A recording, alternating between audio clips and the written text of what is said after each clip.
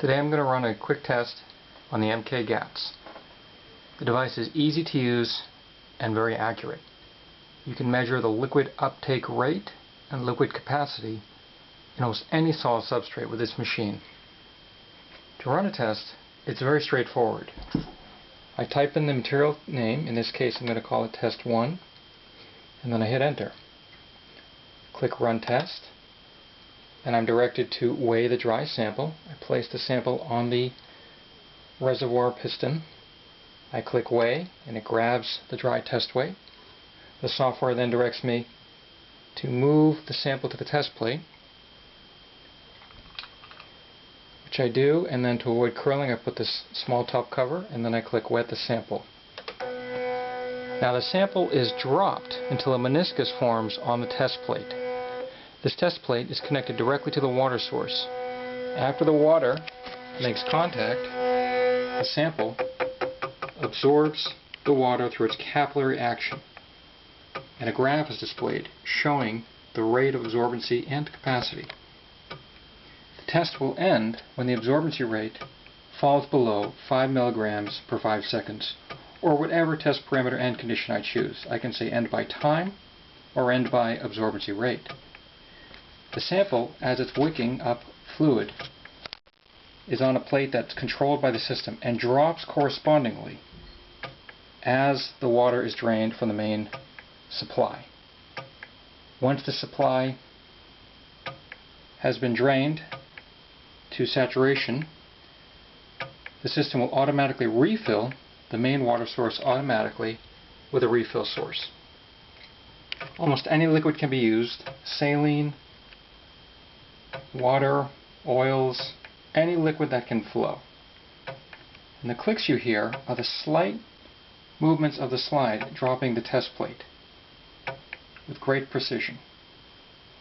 On the main screen you can follow the real-time values: time, mass, and rate. A summary display will show the final capacity, rate, and time at the end. An Excel file is generated showing all data points, approximately 5 data points per second. And as you can see, as saturation occurs, the rate is slowing. The sample is almost fully saturated. It determines by capillary action when the sample has absorbed all it can. It's not a random time. Rather, the substrate itself determines when saturation's occurred. In this case, about 8 grams per gram, or 8 times its mass absorbed. Typically, data is reported in grams of water per gram of substrate, or proportional absorbency. That's what's most common in the industry. And as the clicks are slowing, so too does the rate of absorbency slow. It's almost flat. Slope is really flattening out now.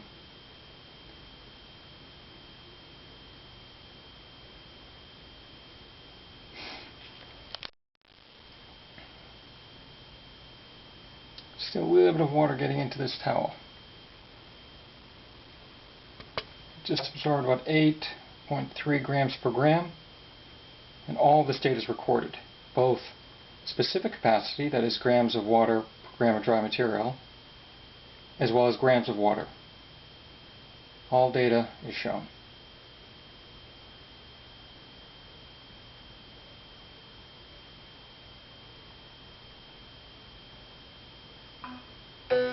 There. Test ended.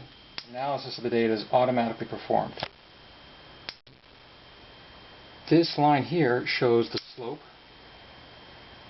There's a summary data table generated showing the normalized capacity, the rate, and other important details, the dry mass, and the name of the file. The reservoir was automatically refilled, and we're ready for the next test. We just remove the wet sample.